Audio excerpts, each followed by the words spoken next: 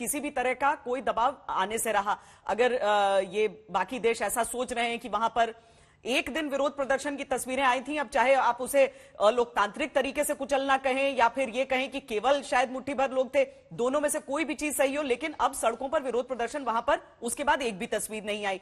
तो आज की स्थिति में अगर इस युद्ध का खात्मा होना है तो उसमें उतना ही बड़ा दायित्व यूक्रेन पर भी आ जाता है। मुकाबला वो कर रहे हैं, ये बात सही है, और अप्रत्याशित मुकाबला कर रहे हैं। मतलब जैसा किसी ने सोचा नहीं था कि वैसी टक्कर देंगे, वो रूस की बढ़ती हुई सेना को वैसी टक्कर दे रहे हैं।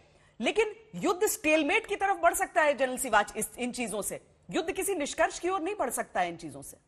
हाँ बिल्कुल श्वेता, इसमें कोई शक नहीं कि रेजिस्टेंस बढ़ता जाएगा, मगर इसका नतीजा कोई हासिल नहीं होगा।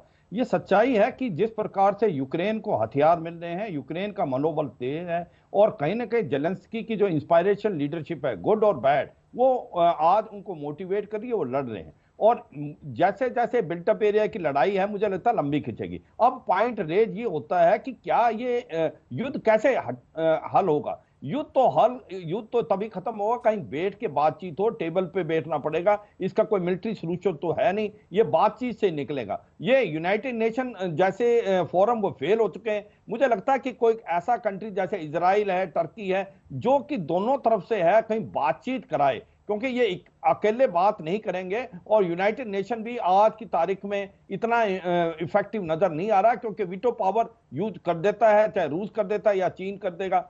तो ऐसे में मुझे लगता है कि कहीं ना कहीं कोई मीडिएशन करे न्यूट्रल कंट्री, और लड़ाई रुकनी चाहिए। लड़ाई अगर ये बढ़ेगी तो ये आउट ऑफ कंट्रोल हो सकती है। मैं दो बातें बताना चाहूंगा श्वेता, देखो इस लड़ाई का इंपैक्ट क्या हो रहा है, एक न्यू वर्ल्ड ऑर्डर बन के आएगा। अब होगा क्या, चीन और रूस का जो गठबंधन है वो बढ़ेगा, और रूस की डिपेंडेंसी चीन पे बढ़ेगी। वो वर्ल्ड के लिए अच्छी बात नहीं है। सबसे बड़ा दुश्मन वर्ल्ड के लिए चीन है, रूस नहीं है, ये सच्चाई है। मगर होगा क्या कि आज जो कुछ हो रहा है इंडो पैसिफिक में, वो चीन बड़े ध्यान से देख रहा है कि कहीं ऐसा तो ना हो कि वो ताइवान को हड़प ले और कुछ ना करे अमेरिका या बाकी कंट्रीज। और मुझे लगता है उसकी तरफ जा रहे। और जैसे रूस के पास अभी इकोनॉमिक सैंक्शन लगी है, रूस कह रहा है कि मैं अभी रूबल में करूंगा, मगर एक पूरा वर्ल्ड ऑर्डर है, इतना आसान नहीं है किसी एक देश को अकेला रहना।